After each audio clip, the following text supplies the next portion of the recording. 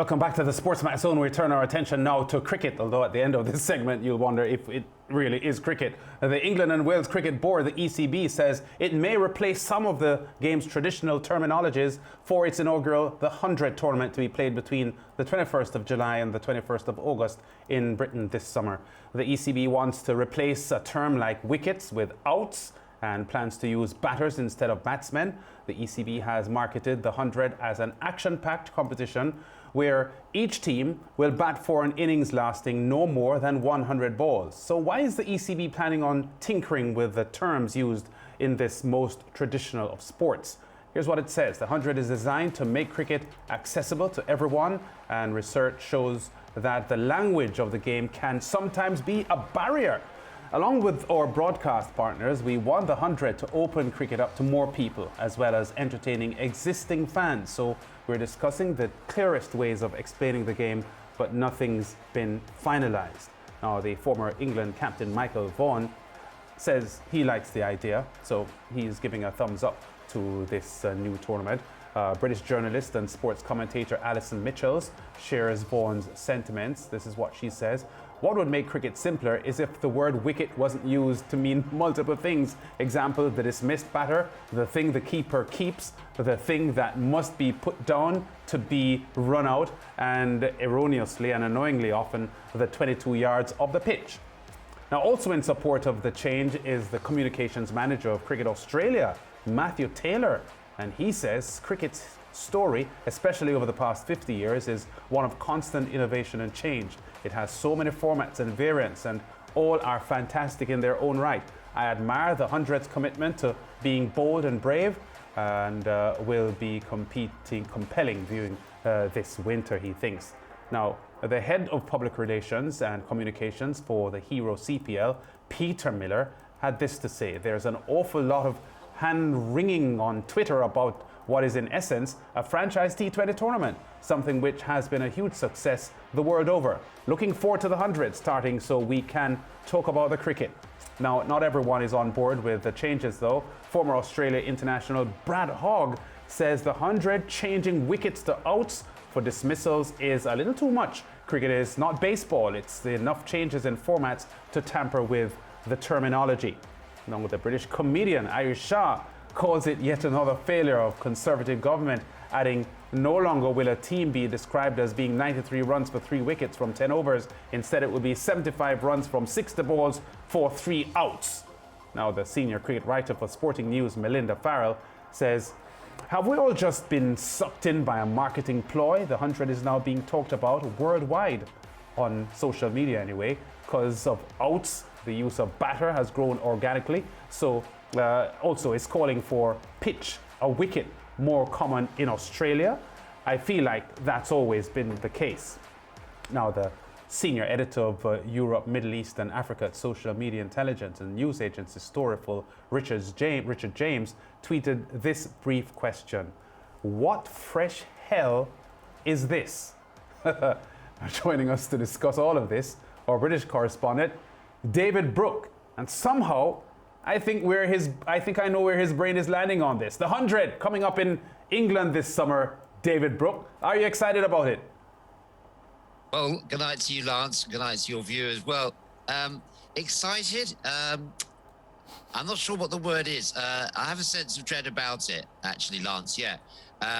I think that the concept has been fairly misguided from the word go, actually. That quote you had just then about all innovations are good. Yes, some of them are, but not all of them are. And this could be a step too far. We've got T20, which is an established format of the game. And the English Cricket Board felt the need to move away from that for political reasons. Because they didn't want to tamper with the existing T20 format. So this competition, a fourth competition in the English domestic season, is going to run alongside the existing T20 blast played by the counties. You've got 8 new franchises and 100 balls. I think, Lance, that there's good research and bad research, just like there's good journalism and bad. And I think this is an example of poor research and poor conclusions. Yeah, I reckon a little surprising that this comes from Britain, David, considered one of the most traditional of societies. A little surprising that an innovation like this is coming from England. But of course, T20, the original T20 was a concept that was invented by the English Cricket Board. And in a way, it's the English Cricket Board's failure to capitalize on T20, the fact that they were confined to playing amongst 18 first-class counties. So there was never a concentration of the world's best players in that particular tournament.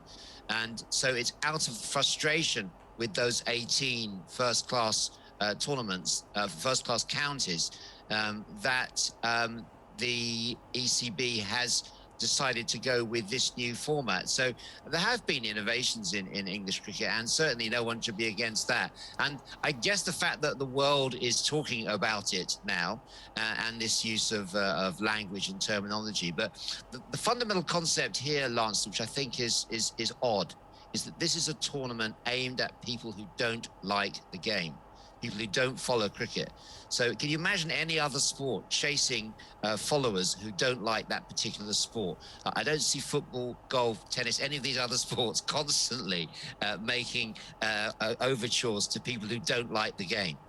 Yeah, and that's where I wanted to go with it, David, because I'm saying to myself, on the one hand, you are alienating those who love cricket at the expense of those who you aren't sure if they will love the 100. You aren't sure if they come on to the 100 at the start, if they stay with it.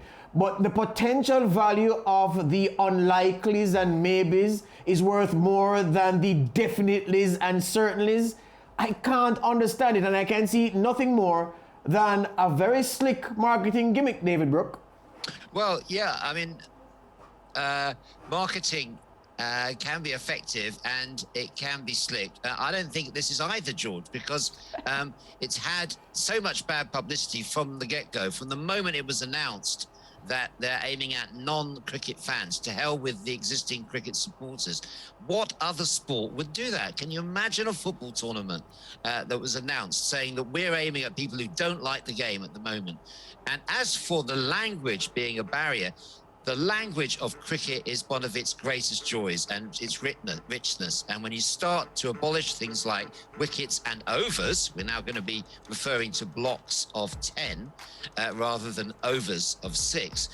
That's when you start to worry that you're throwing the baby out with the bathwater, as they say. You know, fine if there's an argument for gender-neutral terms such as batter. There's an argument for that.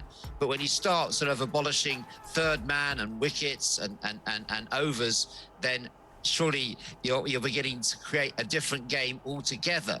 And of course, it's attracting some of the best talent. There's going to be loads of marketing behind it. The ECB has placed a very substantial bet on this tournament. They're throwing everything at it. Indeed, we've got Andre Russell, Pollard, Narayan and Puran going to be in the tournament playing for different franchises. So there's a lot riding on this for the ECB. Well, Lance, I'll say this last thing to you as we wrap, Lance, that and David, that the conceptualizers, the organizers, and the marketing gurus are forgetting one main thing, and David just touched at it.